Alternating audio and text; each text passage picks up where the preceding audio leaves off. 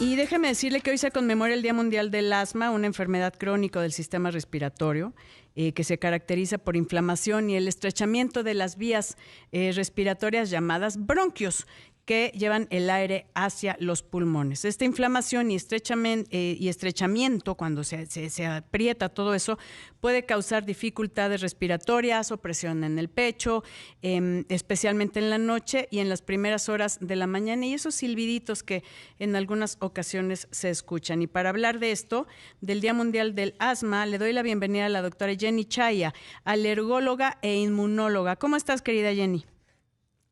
Hola, Etel, muchas gracias. Mucho gusto de saludarte a ti y a toda tu audiencia. Muchísimas gracias. El asma, pensamos que es una sobrereacción, bueno, tú como experta del sistema, puede ser del sistema inmune, que hace que haya un broncoespasmo, pero hay personas que tienen tal vez asma al ejercicio, después de correr se les cierra. O sea, ¿qué causa el asma? Ok, perfecto. Mira, el asma, digo, tal como lo dices, es una respuesta exagerada a algo a lo que no debería reaccionar así el cuerpo. Te cuento, cuando nos exponemos a determinadas cosas que el cuerpo interpreta como agresores, hay una respuesta normal en donde tendemos a cerrar un poquito la vía aérea. Por ejemplo, en los pacientes alérgicos, puede ser que nos expongamos a pólenes de plantas, a epitelio de gato, a polvo, a algunas sustancias que en cualquiera puede causar un poquito de respuesta. En el caso del ejercicio, por ejemplo, que nos expongamos a cambios bruscos de temperatura, aire frío, seco, el cuerpo tiende a reaccionar cerrando un poquito. En los pacientes asmáticos, hay una predisposición alérgica a tener una respuesta exagerada a esta respuesta que consideraríamos normal. Y justamente lo que ocurre es lo que mencionas. Habitualmente suele haber en la mayor parte de los pacientes una respuesta de inflamación en la vía aérea que va a llevar pues estrechándola. Y este estrechamiento da lugar a los síntomas que, como bien acabas de mencionar, son los más comunes que observamos en los pacientes que padecen asma. Dime una cosa, Jenny, cuando estás comentando de estas reacciones con que no sé si era el pelo o la saliva del gato, no sé exactamente, luego me pregunta, bueno, tú sabes, tú eres experta, que decían que no es el pelo lo que causa este cierre de bronquios, o el polen, o en épocas específicas, ¿no? El polvo, etcétera. ¿Eso se le puede llamar asma o es una reacción alérgica a? ¿Y cuándo se considera ya asma y qué lo detona a decir este paciente tiene asma como tal? Ok, bueno, o sea, el asma en sí es la enfermedad respiratoria que va a ocasionar este estrechamiento de la vía aérea. El asma puede ser, digo, de manera muy General, gruesa, ya sí. hay muchas como subclasificaciones, pero de manera muy gruesa podemos pensar que el asma es asma alérgica o es asma no Ok. alérgica, y esto, con esto lo único que mencionamos es qué desencadena esta inflamación en cada paciente. El asma es una enfermedad muy común. Hay 339 millones de personas en el mundo que padecen esta enfermedad. O sea, eso es algo bastante frecuente y por eso incluso tenemos un día mundial De para asma, conmemorar y sí. crear conciencia de esta enfermedad, exactamente. Y sobre todo por las consecuencias de no tratarla bien, que platicaremos seguro más adelante. Pero a pesar de ser tan común, cada paciente es único. Cada paciente tiene desencadenantes diferentes. Entonces, en algunos pacientes, la exposición al epitelio de gato, a la saliva de gato, la exposición a los ácaros del polvo, a otras sustancias en el polvo, a cosas que se desprenden de la cucaracha, lo que Ah. sea, pues.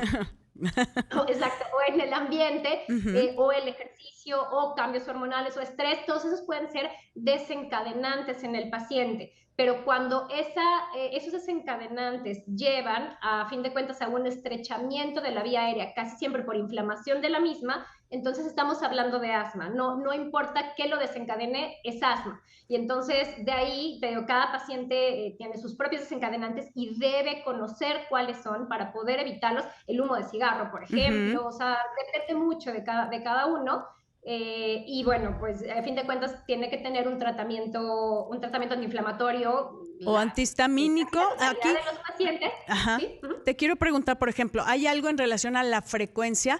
Porque tal vez, bueno, llegaste a casa de tu amiga y tiene un gato y tú ni te enterabas y empezaste con esto y es un tratamiento tal vez único en ese momento que pues tú ya te conoces que eres sensible a esto, al pelo, a la saliva o lo que sea del gato, y te tomas un antihistamínico y con eso ya la hiciste. O hay gente que necesita abrir esa vía y con algún broncodilatador o cosas en específico, pero va en relación a la frecuencia o el tratamiento es igual.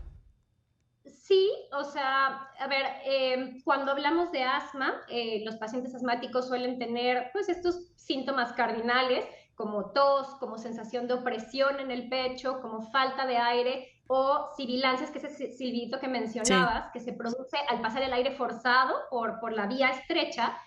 Y no todos los pacientes tienen que tener todos, ni pueden tener, ni tienen todos al mismo tiempo, pero justo estos síntomas pues son muy variables, aparecen, son variables en intensidad y en frecuencia. Entonces, alguien puede ser alérgico, que no es lo mismo, no todos los pacientes alérgicos son asmáticos, no todos los pacientes asmáticos son Esa era la alérgicos, son dos diferencia. cosas. Uh-huh. Entonces, puede ser alérgico a esto que mencionas, por ejemplo, al epitelio de gato, del pelo de gato, pero desencadenar síntomas en ojos, desencadenar síntomas en nariz, Rinitis, o puede mocos, desencadenar síntomas, conjuntivitis. exacto, Uh-huh.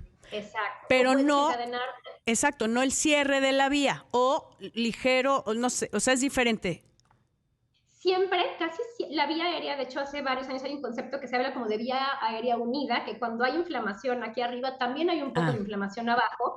Muchas veces el cuerpo logra controlar esta inflamación sin que llegues a manifestar todos estos síntomas, pero si tú te expones a esto y desencadenas síntomas pulmonares, lo más seguro es que haya inflamación aquí abajo. Ya. Y ¿sabes algo, Ethel? Yo pensaría que siempre que estemos como médicos viendo que el paciente está teniendo inflamación en vía aérea, es más fácil pensar que sí es asmático y tratarlo como asmático, a decir, bueno, pues puede ser que no, y mejor, y con esto el riesgo de subtratarlo y riesgos de complicaciones a largo plazo, sobre todo remodelación de la vía Claro, aérea, que ¿no? eso es bien importante y hablabas que, vamos a una pausa y hablabas de las consecuencias de no tener un tratamiento adecuado, que sí puede haber consecuencias y obviamente va cambiando ahí la estructura del tejido. Jenny, amigos, vamos a una pausa y volvemos con más aquí en Bien y Saludable, no se vaya.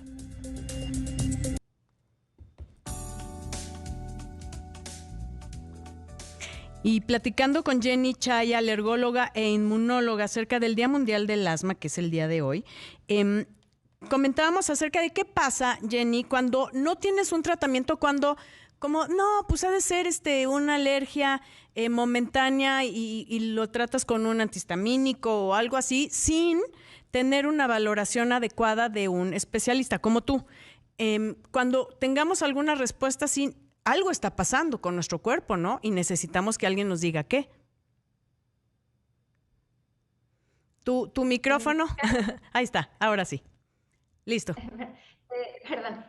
Sí, mira, como platicamos hace un momento, en casi la totalidad de los pacientes va a haber un proceso de inflamación en la vía aérea, que es la que lleva a este estrechamiento de la misma.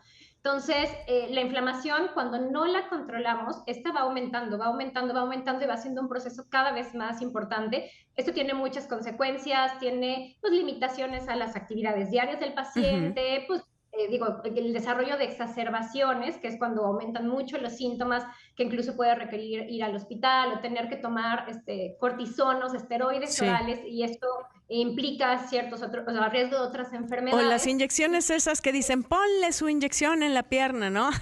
Que es Sí, o cortisona. sea, exacto. A fin de cuentas, el tratamiento ideal para esto, ahorita regreso a lo de las consecuencias, son esteroides, es cortisona, pero hay ya desde hace muchísimos años se desarrollaron preparaciones inhaladas que va directo hacia la vía aérea, directo donde debe actuar, y esto nos reduce muchísimo el riesgo de complicaciones que sí podemos tener cuando tomamos pastillas de cortisona o cuando nos inyectamos, como mencionas, Sí. lo mismo, ¿no?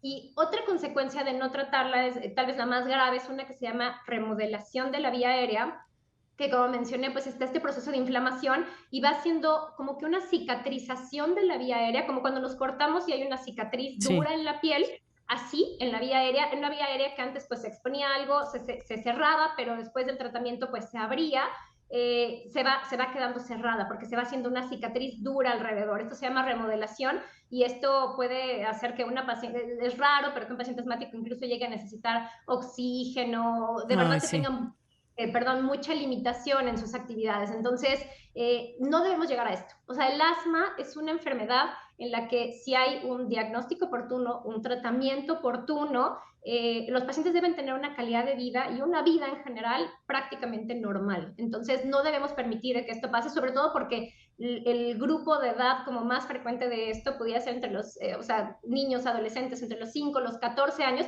Entonces, limitar que estos niños tengan una vida normal por no tener un diagnóstico o tratamiento adecuado es algo que no debe pasar y es parte de las actividades que urge que concienticemos a las autoridades en salud, a los médicos y en general a toda la población, y por eso días como hoy, como el Día Mundial del Asma. Jenny, hablando de la incidencia de asma, ¿sí se da en poblaciones jóvenes? ¿Hay algún momento en que su sistema inmune madure o mejore y pueda curarse el asma, o es un padecimiento crónico?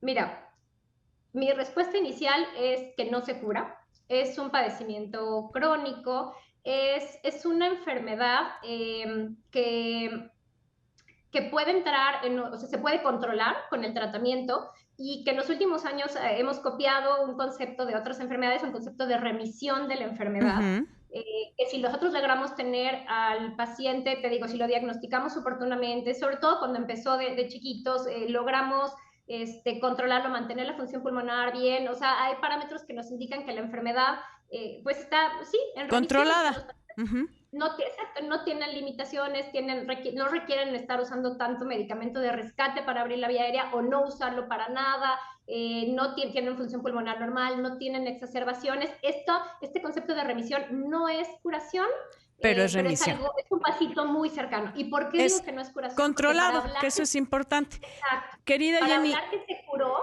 hablar que se curó, tendríamos que... la importancia de esto es que puede quedar, en cualquier momento pueden llegar a desarrollar de nuevo síntomas. Por eso es por remisión. Lo que no hablamos de así es, controlado, y esperemos que así por eso la importancia de diagnóstico oportuno y un tratamiento adecuado. Querida doctora Jenny Chaya, gracias por esta información tan interesante. Gracias, queridos amigos. Yo soy Ethel Soriano y por favor, para estar bien y saludable, cuídese.